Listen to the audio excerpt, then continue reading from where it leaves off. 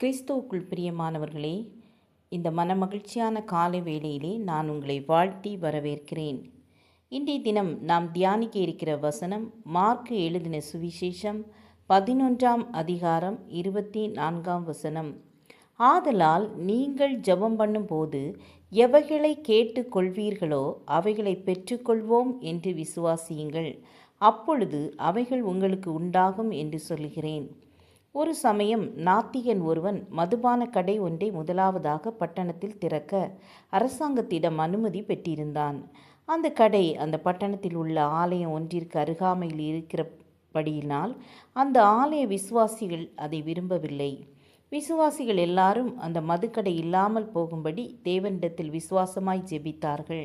அந்த ஜெபத்தின் பயனாக அவர்கள் கண்கள் ஆச்சரியமான காரியம் நடந்ததை கண்டன.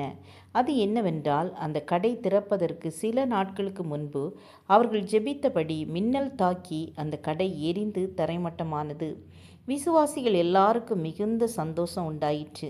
ஆனால் அந்த மதுபான கடை உரிமையாளரோ இந்த விசுவாசிகள் ஜெபித்ததின் விளைவாகத்தான் அவருடைய கடைக்கு இவ்விதம் சம்பவித்தது என்று நம்பினான். ஜெபித்த கிறிஸ்தவர்களை நீதிமன்றத்திற்கு இழுத்தால் இவர்கள் விசுவாசத்தோடு ஜெபித்ததினால்தான் என் கடை மின்னல் தாக்கி எரிந்து தரைமட்டமானது என்று நீதிபதியிடத்தில் வாதிட்டான். ஆனால் விசுவாசிகளோ தங்களுக்கும் கடை எரிந்து சாம்பலானதற்கும் எந்த தொடர்புமில்லை என வாதிட்டார்கள்.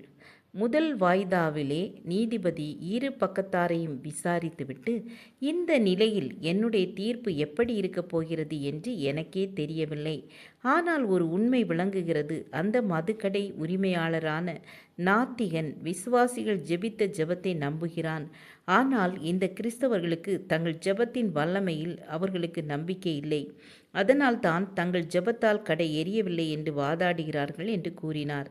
ஆம் என கண்பானவர்களே, ஒவ்வொரு ஜெபத்திற்கும் பதில் உண்டு. எதற்காக ஜெபம் பண்ணுகிறீர்களோ அதற்கான பதில் தேவனிடத்திலிருந்து கிடைத்துவிடும். மனிதன் தரும் பதிலை விட தேவன் மிக விரைவாகவும் முழுமையாகவும் பதில் தருவார் என்பது நிச்சயம். அப்போஸ்தலனாகிய பேதுரு சிறையில் இருந்தபோது விசுவாசிகள் அவன் விடுதலைக்காக ஜெபித்தார்கள். அதன் விளைவாக தேவன் தம் தூதனை அனுப்பி பேதுருவை விடுதலை செய்தார். விடுதலையாகி வந்து கதவை தட்டின போது பேதுரு நின்று கொண்டு இருந்தான். விசுவாசிகள் இவ்வளவு சீக்கிரம் தேவன் விடுதலை செய்வார் என்று அவர்கள் நம்பாமல் விடுதலையானதைக் கண்டு மிகுந்த ஆச்சரியப்பட்டார்கள். தேவன் நம்முடைய ஜெபங்களுக்கு பதில் கொடுக்கிறார் என்பதை அநேகர் நம்புவது இல்லை. ஜெபத்தினால் நோய்கள் சுகமாகும், பிசாசுகள் ஓடும். மனுஷன் எதெல்லாம் நடக்காது என்று நினைக்கிறானோ அதெல்லாம் ஆச்சரியப்படும் அளவுக்கு அற்புதங்கள் நடக்கும். உங்கள் வாழ்க்கையில் தேவ வல்லமையை விசுவாசித்து ஜெபித்து பாருங்கள்.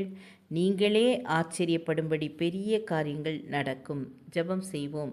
கிருபை நிறைந்த இயேசுவே, எங்கள் ஒவ்வொருவருடைய மன்றாட்டையும் கேட்டு எங்கள் ஒவ்வொருவருக்கும் பதில் தாருங்க.